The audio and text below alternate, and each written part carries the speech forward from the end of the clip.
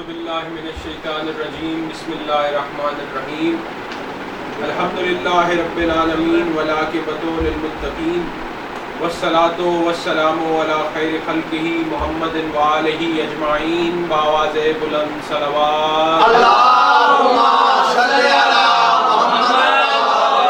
محمد سب سے پہلے تو آپ لوگوں کو خداوند کریم جو مزدور ان کو جو پریشانی ہے ان کے کاروبار میں رزق میں جو مسائل ہیں مولا وہ جلد برطرف فرمائیں یا رب محمد و آل محمد کی عزت و عظمت کا واسطہ آپ صاحب حاضرین کے دلی مقاصد پورے فرمائیں جو لوگ بیمار ہیں جناب سید سجاد کی بیماری کے صدقے میں وہ صحت یاب ہوں خصوصاً جس بچی کا راشد بھائی نے بتایا ہے مولا اسے جلدی صحت یاب محمد و آل محمد کی عزت و عظمت کا واسطہ جن لوگوں نے امتحان دینے ہیں یا دے رکھے ہیں انہیں ہر قدم پہ کامیابیوں سے ہمکنار فرما محمد و آل محمد کی عزت و عظمت کا واسطہ ہم سب کو حج بیت اللہ الحرام اور زیارت امام حسین علیہ السلام سے مشرف فرما ہمارے جو بزرگان اس دار فانی سے کوچ کرے گئے ہیں مولا ان کے درجات بلند فرما خصوصاً قبلہ بزرگوار امیر العلماء علامہ امیر محمد ہاشمی توسری فاتح چھوٹی کے درجات بلند فرما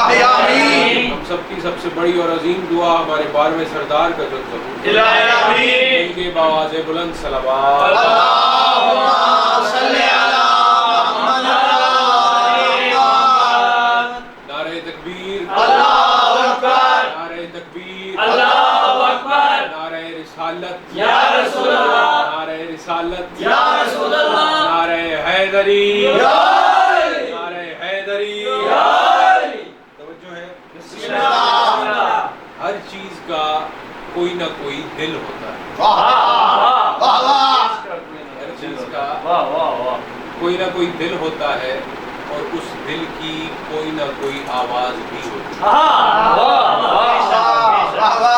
انسان کا دل ہے جب وہ دھڑکتا ہے تو ہر دھڑکن سے دھک دھک کی آواز آتی ہے جو سورہ یاسین ہے وہ قرآن مجید کا دل ہے جیسے انسانی دل دھڑکتا ہے تو ہر دھڑکن سے دھک دھک کی آواز آتی ہے اسی طرح جب سورہ یاسین دھڑکتی ہے تو ہر آیت سے یا علی یا علی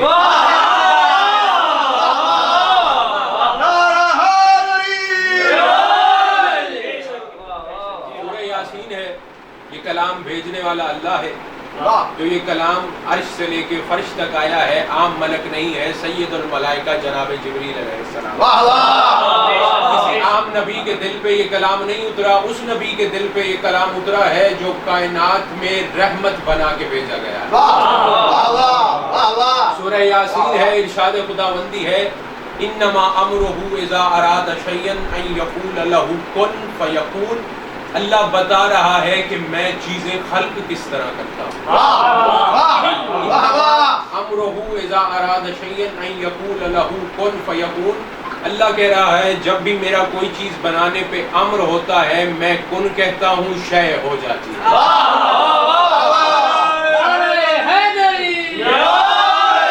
ایسے نہیں دونوں ہاتھ بلند کر کے نعرہ حیدری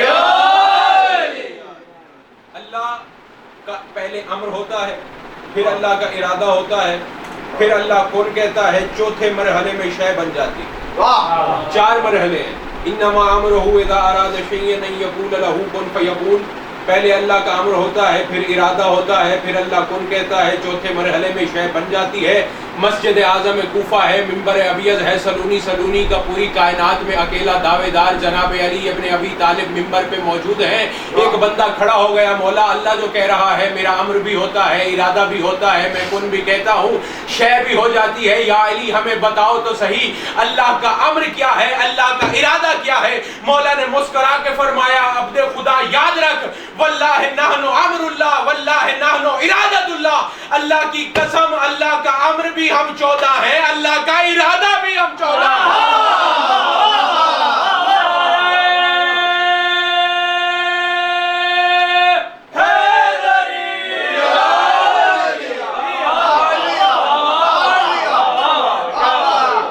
آپ سبھی جو مولا آپ کی توفیقات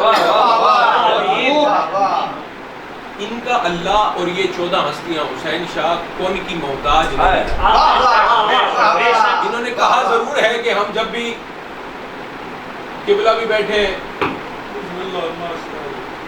کہا ضرور ہے کہ جب بھی کوئی چیز بنانی ہوتی ہے ہم کن کہتے ہیں شے ہو جاتی ہے لیکن یہ کن کے محتاج نہیں ہیں.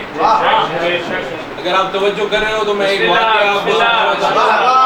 اعظم کوفہ ہے ممبر ابیض پہ علی ابن ابی طالب تشریف فرما ہے. مولا بیان دے رہے ہیں. مولا نے مسکرا کے فرمایا میرے صحابیوں یاد رکھو آدم کو حوا ملانے والا میں علی ابن ابی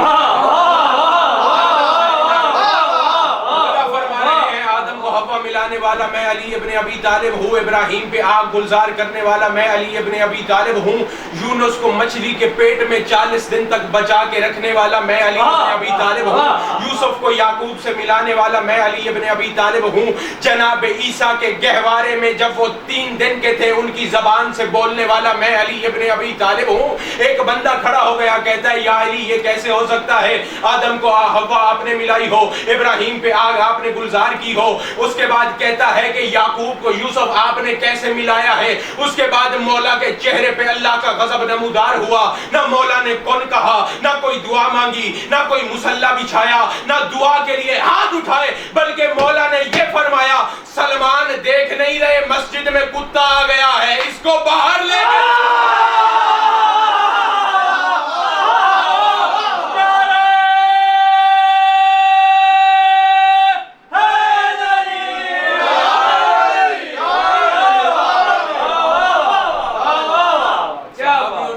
تو وہ کتا بن چکا جو انسانی لباس پہنا ہوا تھا ہوا میں پرواز کر گیا.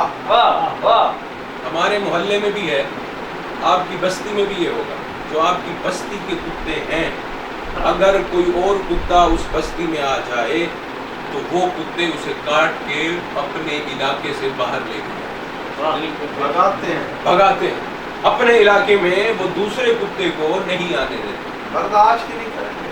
یاد حسین توجہ کرتے کوفہ کے کتے تھے. انہوں نے دیکھا ایک نیا کتا آ گیا ہے کوئی اس کے ٹانگ کو کاٹتا ہے کوئی اس کے کان کو کاٹتا ہے کوئی اس کے منہ کو کاٹتا ہے. اب کتے اس کے پیچھے ہیں. وہ علی ابن ابی طالب کے فضائل میں شک کرنے کے بعد جب کتا بنا تو وہ بھاگتا ہوا اپنے گھر کی طرف روانہ ہوا. صحابہ مسجد سے نکل کے دیکھتے ہیں بھائی دیکھے تو صحیح علی ابن ابی طالب کا معجزہ ہوا ہے اس کا انجام کیا ہوتا ہے اس کے ساتھ حشر کیا ہوتا ہے. اب آگے وہ کتا بھاگ رہا ہے پیچھے کوفہ کے دوسرے کتے بھاگ رہے ہیں اس کے پیچھے صحابہ کرام آ رہے ہیں کہ دیکھیں اس کے ساتھ ہوتا کیا ہے. اب کوئی کتا اس کے کان کو نوچتا ہے کوئی منہ کو نوچتا ہے کوئی ٹانگ کو نوچتا ہے. وہ بچتا بچاتا اپنے گھر میں داخل ہوا. اس کی جو بیوی گھر میں موجود تھی اس نے دیکھا گھر میں کتا آ گیا ہے. اس نے ایک پتھر اٹھا کے اس کو مارنے کا ارادہ کیا. پیچھے سے صحابیوں کی آواز آئی بی بی نہ مارنا یہ تو تیرا شوہر ہے. اس کی بیوی حیران ہو کے کہتی ہے تم جو کہتے ہو یہ میرا شوہر ہے اور ہے بھی کتا. مجھے یہ بتاؤ کہیں علی کے فضائل میں شک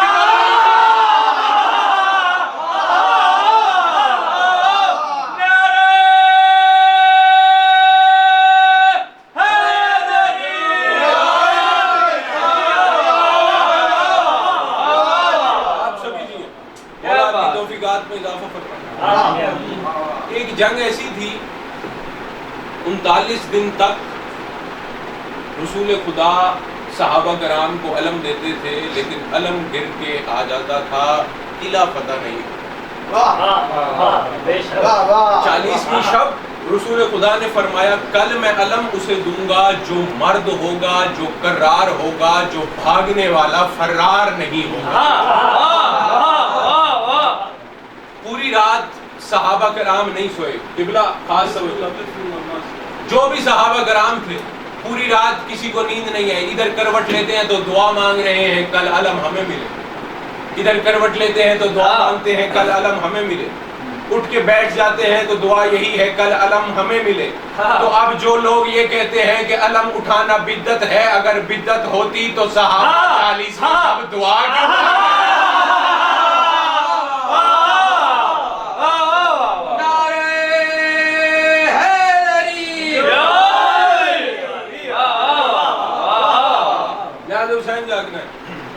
رسول خدا نے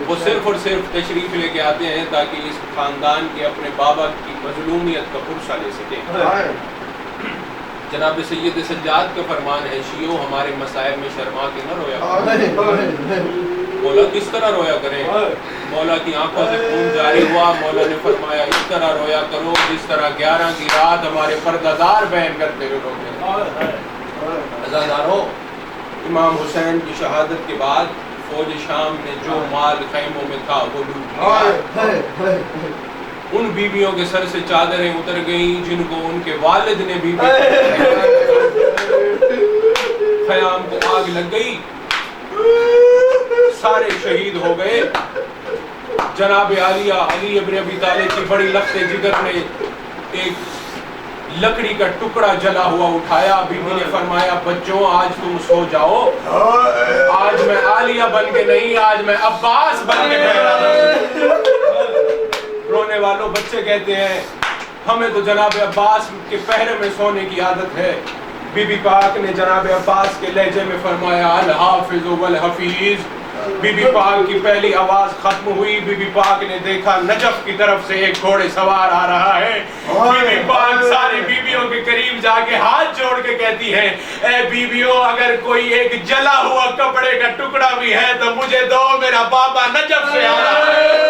رونے والوں جناب علی ابن ابی طالب قریب آ گئے، بیویوں نے ایک حلقہ بنا لیا، کوئی کہتی ہے ویران مدینہ، کوئی کہتی ہے برباد مدینہ، لیکن ایک صدا ہے جو سب کی ایک ہے، واہ حجابہ، اے ہمارا پردہ لوٹ لیا گیا ہے۔ رونے والوں ساری بیویوں نے مولا کو پرسہ دیا، لیکن مولا نے دیکھا 4 سال کی معصومہ ہے جو دور کھڑی رو رہی ہے۔ مولا نے فرمایا معصومہ تم نے اپنے دادا علی کو پرسہ نہیں دینا۔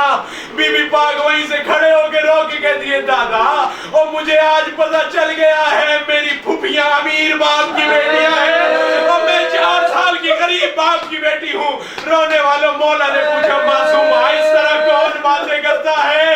بی بی پاک نے ہاتھ جوڑ کے کہا دادا علی آج تمہاری بیٹی نے ایک آواز دی ہے اور تم نجف چھوڑ کے آ گئے ہو، اور دادا علی اس وقت کہاں تھے اور جب میرے بابا کو شمر 13 ضربوں سے شہید کر رہا تھا اور میں آپ کو بلاتی رہی اور آپ نجف سے نہیں آئے۔